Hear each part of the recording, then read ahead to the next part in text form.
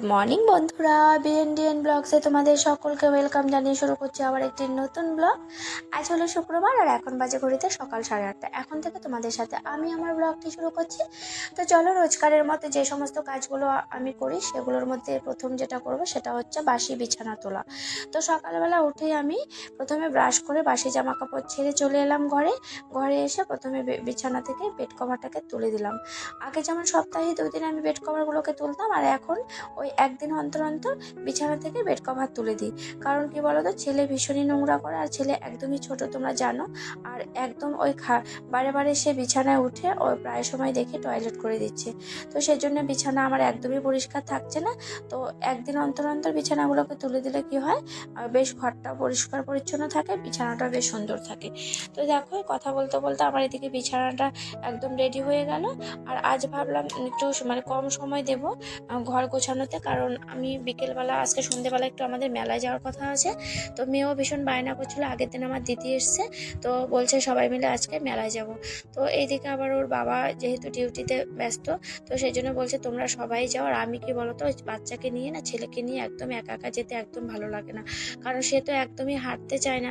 সে হাঁটার বয়সটা তার এখনো হয়নি সেরমভাবে, তাকে কোলে নিয়ে ঘুরতে হয়। তো পুরো মেলাতে কোলে নিয়ে ঘোরার ব্যাপারটা না ভালো লাগে না। সেই জন্য কি বলতো, ওর বাবা যদি সাথে যায় তাহলে ভীষণ সুবিধা হয়। তো এবারে আমি তো যেতেই চাইনি। এবারে আমার বর বলছে তাহলে সন্ধ্যেবেলায় রেডি হয়ে নিও, তো সবাই মিলে একটু ঘুরে আসবো, আমি ডিউটির ফাঁকে গিয়ে একটু মেলা থেকে তোমাদের ঘুরিয়ে নিয়ে আসবো।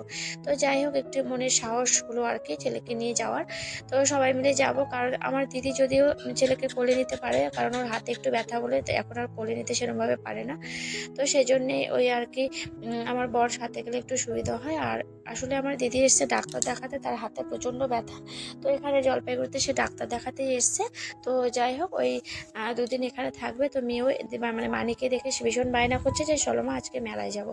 তো ওইদিকে ঘরটাকে গুছিয়ে নিলাম। তো ঘরটা ভাবলাম আজকে মোটামুটিভাবে পরিষ্কার করব। তো ওই ঘর গোছাতে ঢুকলে কি আর মোটামুটিভাবে হয়, ওই নোংরা থাকলে সবগুলো পরিষ্কার করেই বেরোতে হয়। কারণ ওই ঘরে মানে মিনিমাম 15 থেকে 20 মিনিট সময় দিতেই হয়। বিছানা গোছানো, আলনা গোছানো সব মিলিয়ে একটু সময় লেগে যায়। তো এদিকে চা মুড়ি খেয়ে নিলাম। সকালবেলা চাটা বর্দি বসিয়েছিল, তো আমি ছেঁকে চাটা নিয়ে গিয়ে ওই মুড়ি আর চায়ের সাথে একটু মুড়ি চানাচুর মেখে নিয়েছি। যদিও আমি যে ছাতু শরবতটা খাই রোজকার, চাটা বন্ধ করে দিয়েছি।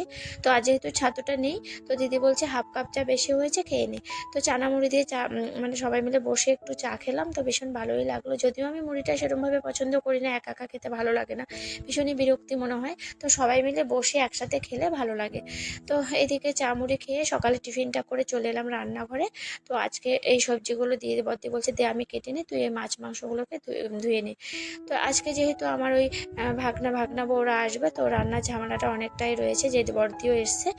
তো এবারে দেখো, ওই 2 রকমের মাংস, চিকেন আর ওই মাটনটা আমরা খাবো, আর এই চিকেনটা হচ্ছে ওই আমার ভাগনা বউ মানে মাটনটা খায় না, ওর জন্য চিকেন, মেয়ের জন্য চিকেন। আর এদিকে মায়ের জন্য চিংড়ি মাছ আর পাবদা মাছ।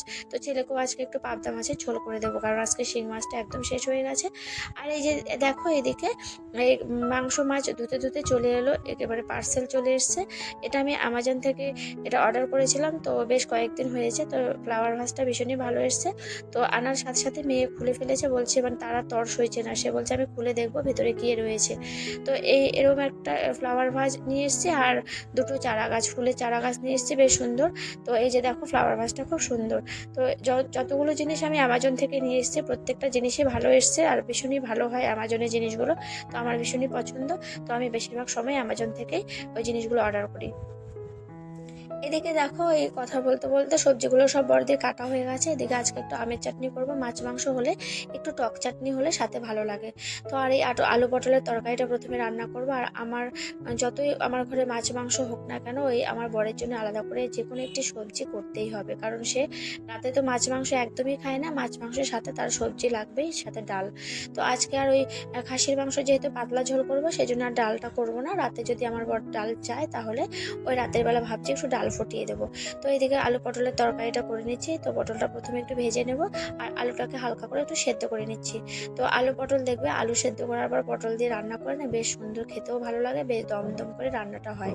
তো বেশ মাখা মাখা হয় রান্নাটা, বেশ মশলাটা কম দিলেও মনে হয় মশলাদার খাওয়ার আর কি।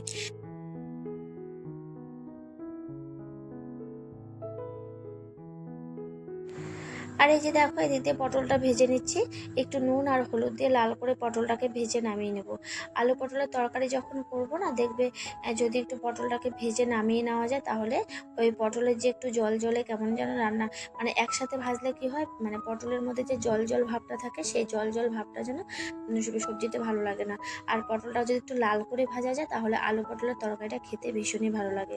তো পটল ভাজাটা আমি নামিয়ে নিলাম। এর মধ্যে মানে ওই কড়াইতে আমি দিয়ে দিচ্ছি তেল আর তেজপাতা আর ওই সাদা জিরে ফোড়ন দিয়ে আলুগুলোকে দিয়ে দিলাম। এবার আলুগুলোকে একটু কষিয়ে দিয়ে দেবো এখানে আমি পেঁয়াজ বাটা। তো পেঁয়াজ বাটা আর আলু পটল একসাথে একটু কষিয়ে নেব। আর আজকে আলু পটলের তরকারিতে আমি সামান্য জিরে গুঁড়ো দেবো, কারণ যেহেতু বাটাটা এখন আমার হয়নি, তো শিলনোড়াতে সব রকম বাটা দিয়ে মানে রান্না করবো আর কি, সব রকম রান্নাতে ওই শিলনোড়াতেই বেটে দেবো।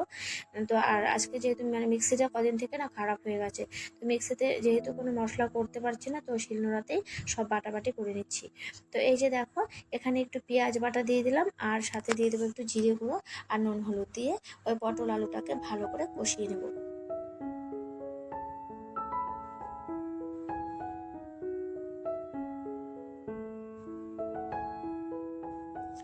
আর পাশে আরেকটি কড়াই বসিয়ে দিয়েছি, যেহেতু আমের চাটনি করবো। আর আমের চাটনি দেখো লাস্টে করলে কি হয়, গরম গরম, মানে আমের চাটনি তো আর গরম গরম খাওয়া যায় না। আমের চাটনিটা সবসময় ওই ঠান্ডা করে খেতে হয়, যে কোনো চাটনি ঠান্ডা করে খেতে হয়, কারণ গরম চাটনি খেলে ভীষণই ক্ষতি করে। তো আমি এদিকে আলু পটলটাকে নামাতেই মানে রান্না করতে করতে এদিকে ওই আমের চাটনিটাও করে নেব। আর আমগুলো আমি লম্বা লম্বা করে কেটে নিয়েছি, কড়াইতে তেল দিয়ে ওই সামান্য ওই তেজপাতা আর সামান্য সর্ষে ফোড়ন দিয়ে আমের চাটনি পাতলা করে করব। আর আমগুলোকে আমি একদমই ঘেটে দেব, একদম জেলির মতো পাতলা করে চাটনিটা তৈরি করব। আর মাংসতে একটু জেলির মতো চাটনি হলে বেশ খেতে ভালো লাগে। তো এই যে দেখো আমের চাটনিটা বসিয়ে দিয়েছি, তার মধ্যে আমি দেবো সামান্য নুন আর হলুদ দিয়ে ওই চাটনিটা তৈরি করব। তো এদিকে আলু পটলটা প্রায় কষানো হয়ে গেছে, এবার এখানে সামান্য জল দেবো, যেহেতু আলুটা সেদ্ধ করা আর পটলটা ভেজে নেওয়া, তো সেজন্য এখানে বেশি একটা জল প্রয়োজন নেই। তো কিছুটা পরিমাণ মতো শুধু মশলাটা যাতে সেদ্ধ হয় সেই পরিমাণে আমাকে এখানে জলটা দিতে হবে। তো একদম মাখো মাখো করে আলু পটলের তরকারিটা করব, তো সেই আন্দাজ মতো আমাকে জলটা ব্যবহার করতে হবে।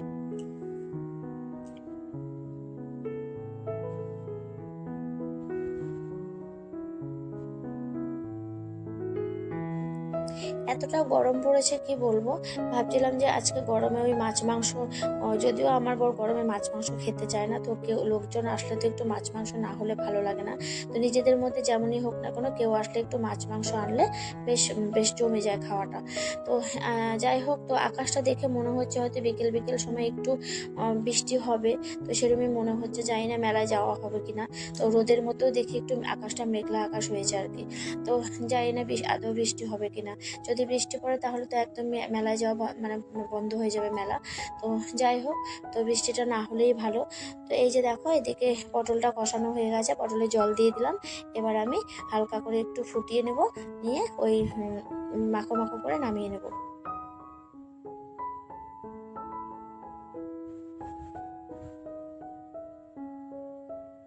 আর এদিকে আমি পাবদা মাছে ওই সামান্য কাঁচা তেল আর নুন দিয়ে মেখে রেখেছি।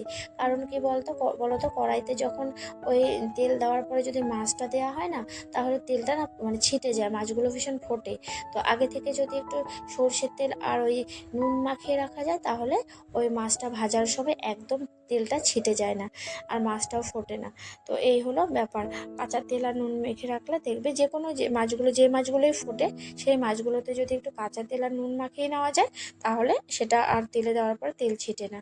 তো এইদিকে আবার বাটাগুলো বেটে নিচ্ছি, মাংসতে রসুন আর ওই আদা, এই জিরে, এগুলো সবগুলো বাটাগুলো বেটে নিই, শিলনোড়াতেই বাটছি, কারণ মিক্সিটা আমার একদমই খারাপ হয়ে গেছে। কোনো রকম কোনো মশলাই বাটা হয় না, মানে মিক্সিতে করাই যায় না, একদম খারাপই হয়ে গেছে। তো সেই জন্য এখন আমি শিলনোড়াতেই বাটা বাটা করে রান্না করছি। তো এই দেখো পটলটা একদম রেডি হয়ে গেছে প্রায় রান্না। আর দেখো পটলে দেখে মনে হচ্ছে একদমই অনেকটাই মশলা দিয়েছি, কিন্তু সামান্য মশলা দিয়ে করেছি। আলুটা যেহেতু সেদ্ধ করা, সেক্ষেত্রে আলুটা কি বলতো মানে ভেঙে গেছে, আর বেশ ঝোলটাও বেশ গাঢ় হয়ে গেছে। আর দেখে মনে হচ্ছে কত না মশলা দিয়েছি, কিন্তু একদম হালকা মশলায় আমি রান্না করেছি, সামান্য পেঁয়াজ বাটা আর সামান্য জিরে গুঁড়ো, তো এই দিয়ে রান্না। আর এদিকে আমি রসুনটা বেটে নিচ্ছি। আর চাটনিতে আমি দেবো হচ্ছে কিশমিশ আর কাজু, তো এই দিয়ে চাটনি করব।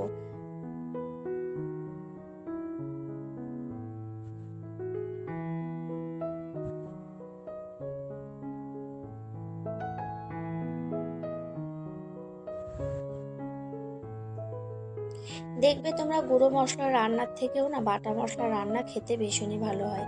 আর এখন আমি কি বলতো, যবে থেকে গরম পড়েছে তবে থেকে আমি ওই মাংস বলো মাছ বলো সবটাতেই যেন বেটে বেটেই রান্না করছি।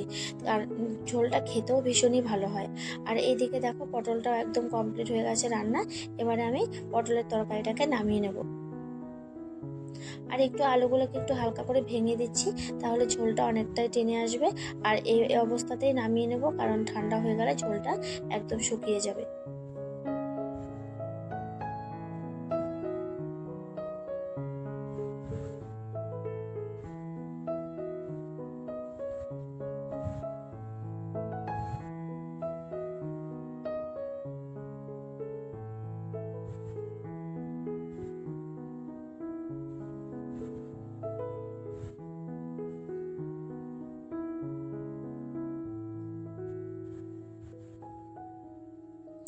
তো একে একে সব রান্না কমপ্লিট করে নিচ্ছি। আর এই যে রান্না একদম কমপ্লিট হয়ে গেছে, স্নান দান হয়ে গেছে, এবারে আমরা খেতে বসেছি। তো এই হলো আজকে দুপুরের খাবার। আর ছেলেকে দেখো স্নান করে প্রথমে খাওয়ানো হয়ে গেছিলো। আর সে যখন আমাদের সাথে খেতে বসে না, একবার একটু হলেও আমাদের সাথে খাবে, যতই সে তার পেট ভরা থাক না কেন। তো আমি আবার কি করি বলো তো, একটু ওই একা হাতে খাওয়ার জন্য যাতে শিখে যায়, একা একা খাওয়া খেতে শেখে, তো সেই জন্য আমি ওই সবার সাথে বসে একটু ওকে থালায় করে খাওয়াটা দিয়ে দিই। তো খাওয়ার খেয়ে একটু টানা ঘুম দিয়ে নেবো। তো এই হলো খাওয়া দাওয়া করে টানা ঘুম দিয়ে ওই এখন বাজে সন্ধ্যে 6:30। সকলকে গুড ইভিনিং। তো এবারে চলে এলাম মেলাতে। তো সবাই মিলে রেডি হয়ে চলে এলাম মেলায়। তো তোমাদের মেলাটা প্রথমে এই যে ঢুকে একটু ঘুরিয়ে দেখিয়ে দিচ্ছি। তো এই দেখো সবাই মিলে চলে এসেছি। আর ওই আমার বরের দুই একজন পরিচিত লোক আছে, তাদের সাথে সে পিছনে গল্প করছিল। আর আমরা এই দিকটা চলে এসেছি।